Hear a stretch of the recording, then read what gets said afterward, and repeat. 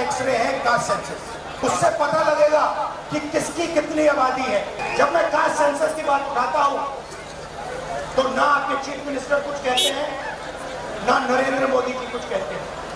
जब एक्सरे करना था तब एक्सरे किया नहीं तो बीमारी बढ़ गई। आज एमआरआई सीटी स्कैन की जरूरत है। कांग्रेस वो पार्टी है जिसने आजादी के बाद जाति गणना नहीं कराई।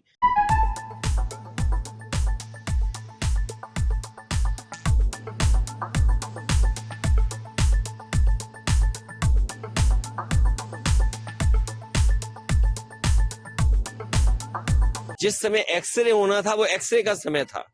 आज सीटी स्कैन है, एमआरआई मशीन है, बीमारी और बड़ी हो गई है।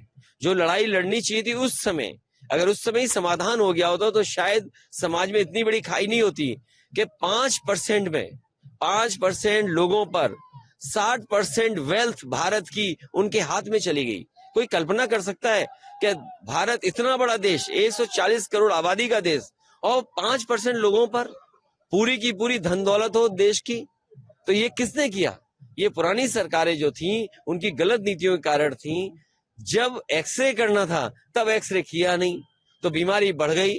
आज एमआरआई सीटी स्कैन की जरूरत है। मुझे उम्मीद है कि जब कभी भी समाजवादियों को मौका मिलेगा सबसे पहले जाति गणना कराई जाएगी। कांग्रेस वो पार्टी है जिसने आजादी के बाद जाति गणना नहीं कराई। लोकसभा में नेताजी शरद यादव जी, लालू प्रसाद यादव जी, तमाम दक्षिण भारत के दल जब मांग कर रहे थे जाति गणना की तो कांग्रेस पार्टी ने जाति गणना नहीं कराई। आज क्यों जाति गणना कराना चाहते हैं? क्योंकि वो जानते हैं कि उनका ट्रेडिशनल वोट उनके पास नहीं है। वो पिछड़े दलित और आदिवासियों की तरफ देख रहे हैं। पिछड़े दलित आदिवासी भी जानते हैं कि आजादी के बाद धोखा उन्होंने दिया, इसलिए इस बार उनकी कहीं बात बनने वाली नहीं। इंडिया गठबंधन कैसे चलेगा ऐसे में? इंडिया गठबंधन आगे देखा जाएगा।